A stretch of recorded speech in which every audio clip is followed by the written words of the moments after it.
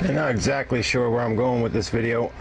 It's a response video on the general subject of life after death, and there was just a couple of points in the video that I want to reference, and one of them was the some Christians, I mean some non-atheists, have a perception that these out-of-body experiences are somehow evidence of an afterlife and all that stuff. So I just thought I would explain two circumstances in my own experience that sort of, I would have drawn this conclusion anyway, but they sort of validated it for me. Both of them happened when I was a kid, probably, when I had my appendix out, which was probably around 9 or 10 or something. I was in the hospital, and they didn't quite get me under enough, for the surgery. And so I remember my head was tied down. I remember trying to get up, and I couldn't get up. And I remember the bright lights, and then the mask coming over my head again, my face. And then after that, I had this dream, I guess you'd call it. I mean, that's what, hallucination, whatever you want to call it.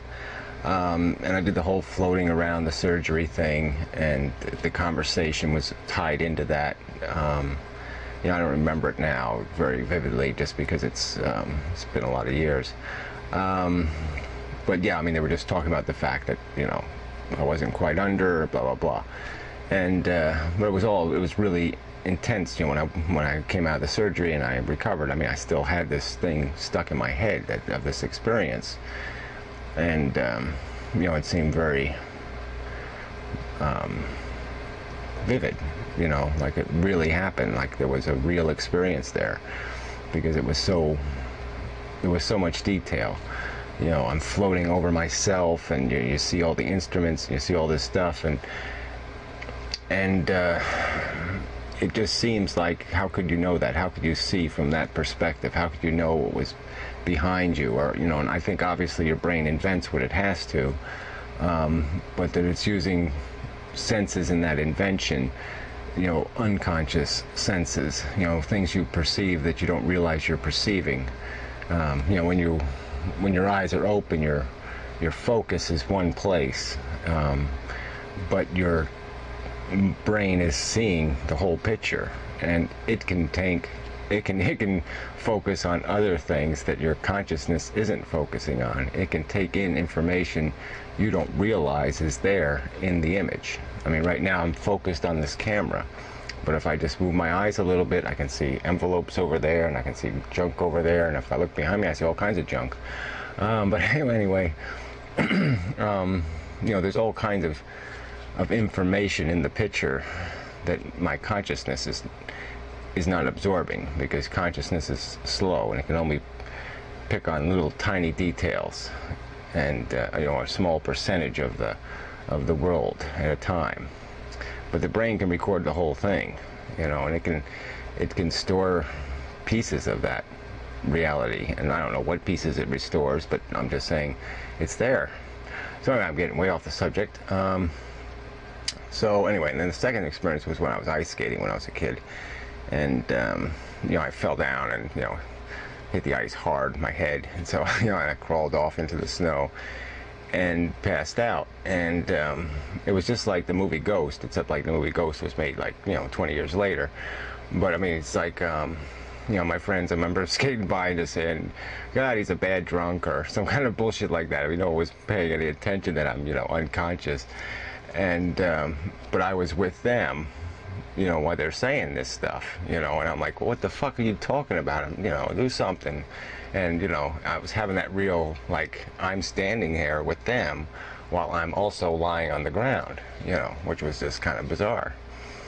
And it's like through the whole experience of being unconscious, it seemed like 10 minutes. It was actually a half an hour, and no one paid any attention. But it was like through that whole experience, it was like I was awake, and I went back to myself, and I'm like just sitting by myself, saying, well, you're unconscious, or you're dead, or and it was just so strange to be in, unconscious but aware of your unconsciousness, as strange as that sounds. and not knowing exactly what you are, you know, but being incapable of controlling anything, you know, because you can't talk to anybody, you can't interact in any other way but that you're there, you know. So anyway, so those are like two experiences, and so it's obvious the brain can do, you know, can make up all kinds of crap, and you know, we experience it every night. So I mean, you know, if you dream at all, so you know, there's nothing this out of body crap. It's just you know, the invention of the mind, and that's all it is. And so yeah, when you're dead, you're dead. I mean, you start knocking pieces of the brain off, you'll see a difference in the person. So it's all in those little pieces. The pieces make the whole, and when they're dead, when it's dead, it's gone. That's it. Can't get it back. Which brings me to the second half of this video, which is you know, it's sort of a disappointment. I mean, years ago, you know, I had a website for the town, blah blah blah. I went through all this stuff before, but it seemed like the internet seemed like a good place to do memorial pages for people. I mean, I always hated you know, cemeteries. I thought the idea was just silly, because you don't get any feel for the person. You get a feel for this morbid, horrible place, you know, where, you know, bodies are stored, and you know, the cold piece of stone doesn't really say anything about the human being it's supposed to be marking or representing or memorializing, eulogizing, whatever that stone is supposed to be doing. It's not doing it very well, because you don't get any feel for the person. And you know, we have all this technology now, and I thought, like with the internet, I really thought the internet would be exploited for this. And you know, I suppose there are some pages now that are doing some, but it just seems like, you know, every person should be on the internet, dead or alive. I mean, they should be there. I mean, especially dead. I mean, you can't really hurt a dead person. You know, the vandals that are out there, the malicious assholes that'll fuck with people's lives. You know, they're not going to be able to hurt a dead person. And you know, it just seems like there's so much to every human being. Every human being's a human being. There's always something worth knowing. And you know, now with YouTube, we have this, you know, there's people like myself. I mean, there's, you know, all these people. Some are just, you know, play acting. Some are just, you know, exploiting the medium for entertainment, which is perfectly legitimate.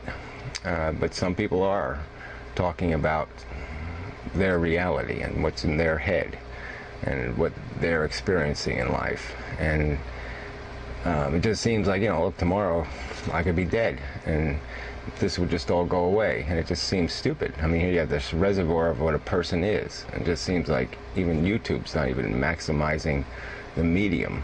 I mean, it could, you know, I mean, I would almost hope that if I died tomorrow, that, yeah, these videos would still be here, and people would once in a while respond to one of them and say, "Ah, you're full of shit," and just even pretend I'm still here. You know, I'm still real. I'm still somebody. You know, I wasn't just this thing and gone and forgotten. Not that I need personally to not be forgotten. It just seems like there's so much effort put into a life, and it just seems such a waste to just, well, yeah, it was there and now it's gone. So whatever I had learned or whatever I had acquired in that experience is just thrown away. I mean, yeah, it's remembered in bits and pieces and the people still around, but you know, unless you're well networked, that might be a very limited echo that remains when you're gone. And it just seems I'm just saying, it just seems a waste. It seems like such an unexploited medium. But like I said, I saw the internet get completely unexploited, so YouTube will probably go the same way. But you know, I guess part of me is almost thinking that this is, especially with all the controversy, you know, about the blocking issues and the, you know, Rabbit Ape and this and that, and, you know, copyright, this probably really should be done a better way. I mean, this really probably should become, I mean, I hate to say the word, but you know, a regulated medium. It should be part of the, you know, it should really be a constitutionally protected medium, and one that's a public service medium. I mean, one that I'm not against the marketing. I don't bother clicking ads or anything else. It never got in my way. So as long as Google doesn't go that final step of putting the ads in the videos, you know, that's I don't care about the marketing end.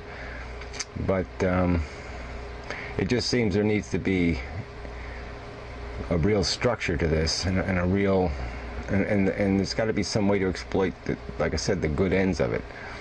I mean, it could be done, you know, there could be some really good memorial pages done. I mean, this is where we should be, you know, laid to rest. We should be laid to rest in a form that was us, and not some, you know, form that has nothing to do with the us that's in us.